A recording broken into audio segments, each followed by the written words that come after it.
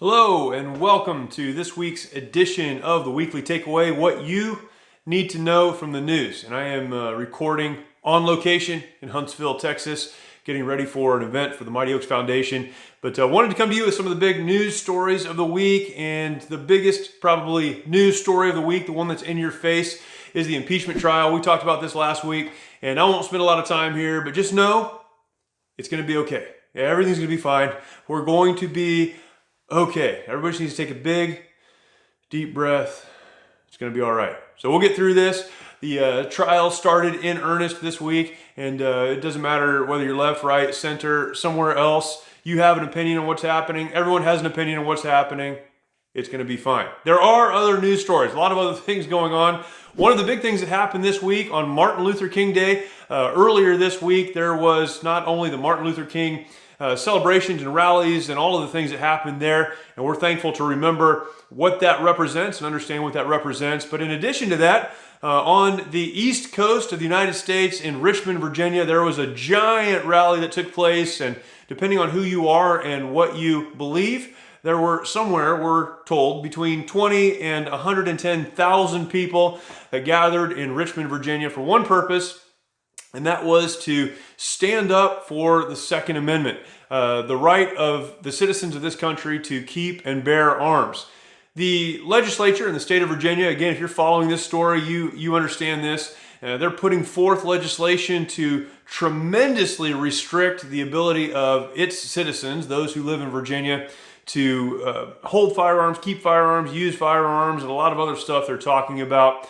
And the rally was one that's been planned. It was a rally that was organized for the purpose of simply saying, we the people of the state of Virginia want to stand up and be heard on this issue, that the Second Amendment is an important amendment, it's an important issue, and one that we hold dear. It was an amazing rally for a lot of reasons. One, it was predicted that when this happened, it would be a big white supremacist rally, that there would be buildings burning to the ground and riots happening and fights in the streets and hundreds of people being arrested. One of the great things about this rally was that none of those things happened.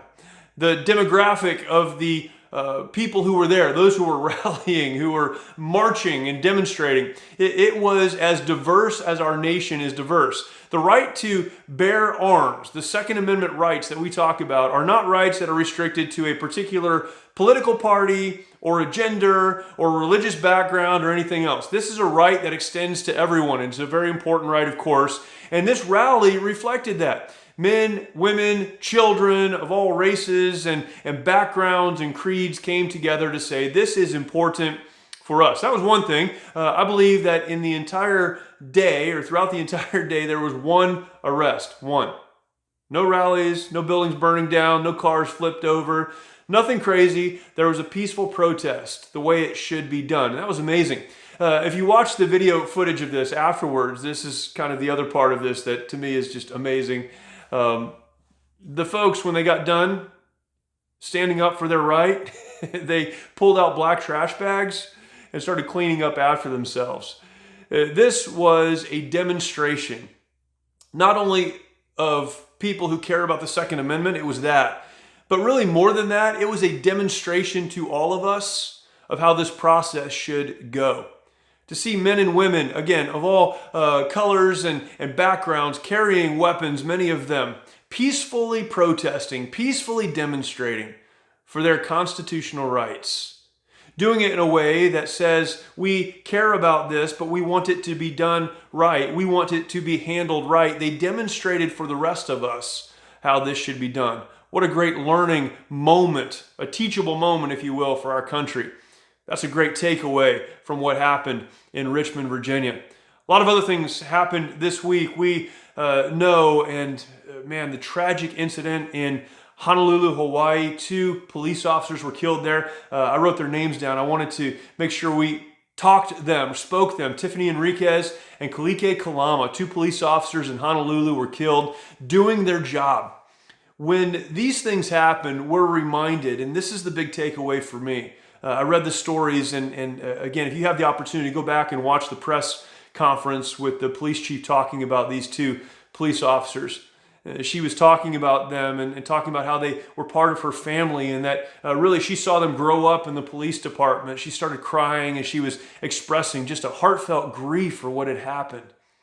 Every time police officers are killed in the line of duty, we need to be reminded, and again, this is the takeaway, that there are men and women who every day, whether you know their names or not, whether you know where they serve or not, whether you see them or not, men and women every day who are standing in the gap for us. Those folks who make up that first responder community, that are keeping us safe, that are running into the fire when many are running away, that are responding to dangerous situations as they serve their community. We hear a lot of talk back and forth about the law enforcement community, and I'll tell you this. I know, I can acknowledge that there are some bad people in law enforcement, just as there are bad people everywhere, but the vast majority of men and women who make up our law enforcement professionals in this country are folks who care about America, they care about their communities, and every day when they put on their badge and they put on their bulletproof vest and they put on their weapon, they're saying, I'm going to go out and do the hard work to keep those that I care about safe. We need to honor them, and I hope that you will this week. An international story that took place this week, or is kind of unfolding this week, is that China has quarantined millions of ってcitizens in response to the coronavirus outbreak. And many folks have died there in China as a result of this virus. And the pictures from China and the images from there of folks crowding into hospitals trying to figure out if they've been infected and get the treatment they need to stay alive, and whole cities, whole communities being quarantined so that the government can deal with this. What an image that is. And there are probably a lot of takeaways. I'm not sure what the big one is. This is an unfolding story.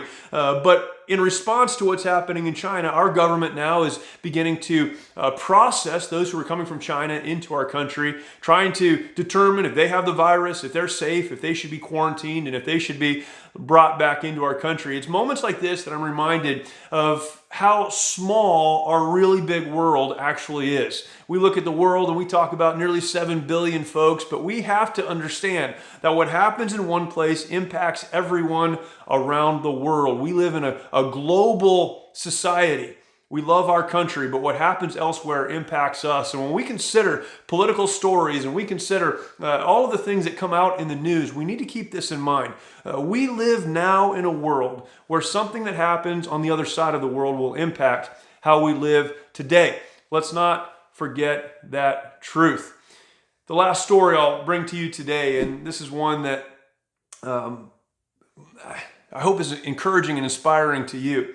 This week, of course, is the week that a number of marches will take place, but the big march is the March for Life in Washington, D.C. This is just a week to march, apparently.